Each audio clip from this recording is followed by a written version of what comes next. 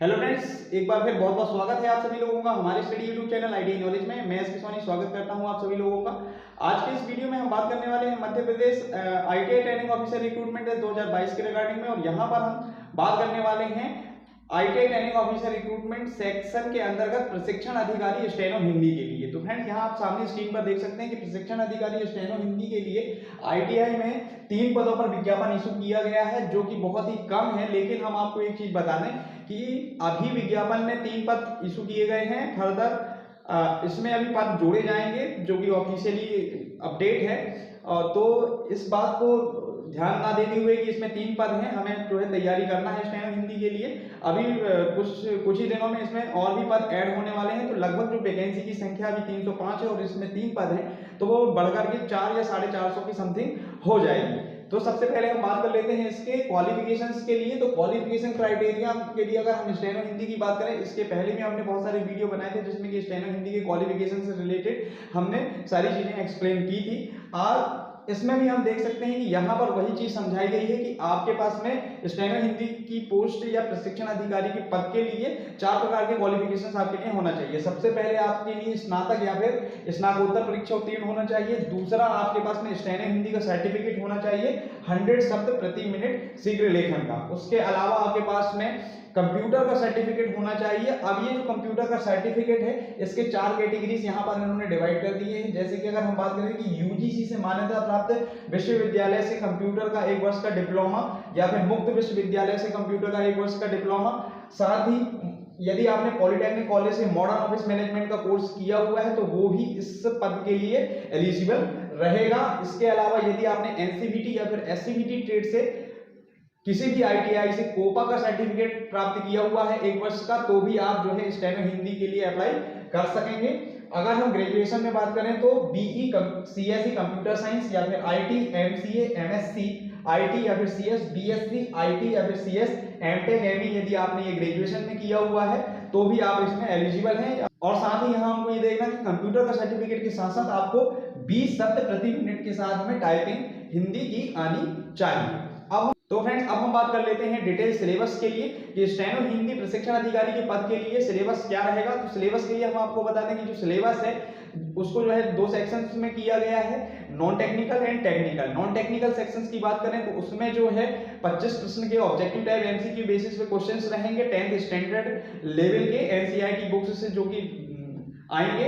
और इसके अलावा जो 75 क्वेश्चंस हैं आपके ट्रेड थ्योरी से रिलेटेड रहेंगे। तो अगर जो ट्रेड थ्योरी के सिलेबस की हम बात करें तो यहाँ पर आप देख सकते हैं कि syllabus for training officer stenographer secretarial assistant, यहाँ पर आप देख सकते हैं कि syllabus for training officer stenographer secretarial assistant के लिए यदि हम सिलेबस की बात करें तो पीईबी के द्वारा रूल बुक के साथ में सिलेबस को अपलोड किया गया है।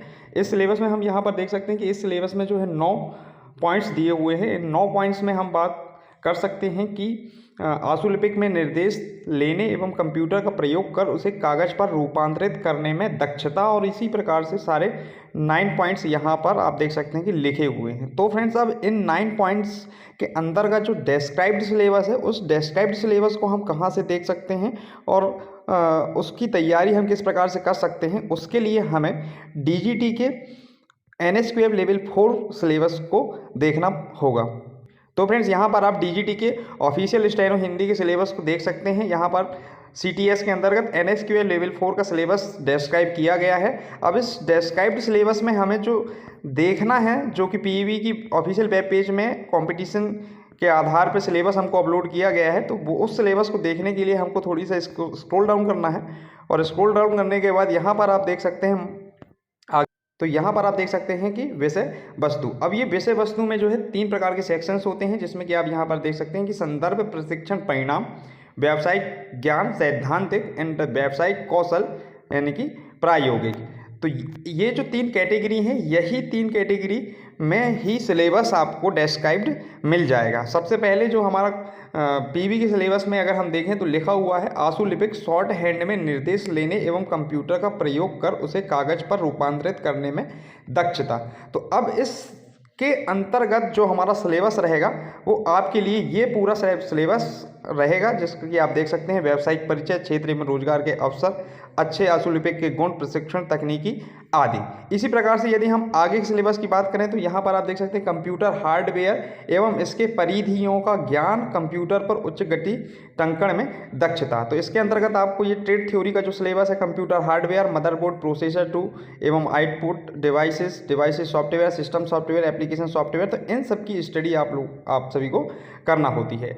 नेक्स्ट में अगर हम देखें कि आशुलिपि शॉर्ट हैंड में निर्देश लेने एवं कंप्यूटर का प्रयोग कर उसे कागज पर रूपांतरित, तो इसके लिए जो डेस्क्राइब सिलेबस है आपको ये इस प्रकार से आगे देखने के लिए मिल जाएगा। नेक्स्ट में अगर हम देखें कंप्यूटर हार्डवेयर एवं इसकी परिधियों का ज्ञान, कंप्यूटर पर उच्च गति टंकण में दक्षता, तो इसके लिए आपके लिए जो डिटेल सिलेबस है वो आपके लिए ये रहेगा। आगे अगर हम पॉइंट्स की बात करें, आशुलिपिक शॉर्ट हैंड में निर्देश लेने एवं कंप्यूटर का प्रयोग कर उसे कागज पर रूपांतरित करने में दक्षता, कंप्यूटर हार्डवेयर एवं उसके परिधियों का ज्ञान एवं कंप्यूटर पर उच्च गति टंकण में दक्षता, तो इन सभी के लिए जो डेस्क्राइब सिलेबस है यह है आपको डीजीटी की ऑफिशियल वेब पेज पर स्टेनो हिंदी के एनएसक्यूएफ लेवल 4 सिलेबस से मिल जाएगा। और इसी के अकॉर्डिंग हमें अपने एग्जाम की तैयारी करना है, जिसमें कि 75 क्वेश्चन आपके एमसीक्यू बेसिस पे टेक्निकल के आएंगे। तो इस प्रकार से हम यहाँ पर देख सकते हैं आशुलिपिक शॉर्ट हैंड में निर्देश लेने एवं कंप्यूटर का प्रयोग कर उसे कागज़ पर रूपांतरित करने के लिए बहुत सारे टॉपिक्स दिए हुए हैं। अगर हम आगे नेक्स्ट में बात करें तो यहाँ पर आप देख सकते हैं कि एमएस एक्सेल का भी कॉलम पॉइंट्स वहाँ पर दिया हुआ है कि computer application software MS Excel, Word, PowerPoint presentation इत्यादि पर कार्य करने एवं इंटरनेट का प्रयोग करने में सक्षम, तो उसके लिए जो भी थ्योरेटिकल पोर्शंस है वो आपको यहाँ से इन टॉपिक्स को आपको यहाँ से कवर करना होगा। यहाँ पर और ये देख सकते हैं कि विभिन्न कार्यालयीन उपकरणों को पहचान कर उनके सही प्रयोग एवं रख रखाव से अवगत, तो इसके अंतर्गत हमको ये डिटेल्स सिलेबस आपके लिए कार्यालय उपकरण चुनाव के सिद्धांत, कार्यालय उपकरण एवं डाक उपकरण के फोटो कॉपियर एवं संप्रेषण उपकरण, तो ये पूरा डिटेल सिलेबस आपको इस टॉपिक के अंतर्गत स्टडी करना होगा। एमएस पावर पॉइंट प्रेजेंटेशंस, ये तो इन सभी टॉपिक्स को ही कवर किया गया है। यही आपका संपूर्ण सिलेबस है जो कि स्टेनो हिंदी में स्टूडेंट्स को आईटीआई में पढ़ाया जाता है और इसी के अकॉर्डिंग आपके 75 क्वेश्चंस टेक्निकल के तैयार किए जाएंगे। एक चीज़ और हम आपको बता दें कि यह सिलेबस आपको डीजीटी के ऑफिशियल वेब पेज से प्राप्त हो जाएगा, तो वहां से आप इसको देख सकते हैं और पीवी ने जो सिलेबस अपलोड किया हुआ है उससे मैच करके इसका प्रिंट आउट निकाल करके स्टडी कर सकते हैं। इसके अलावा सबसे इंपॉर्टेंट पॉइंट्स हम आपको ये बता दें कि इस सिलेबस को कवर करने के लिए आपको किस बुक्स से स्टडी करना बेटर रहेगा।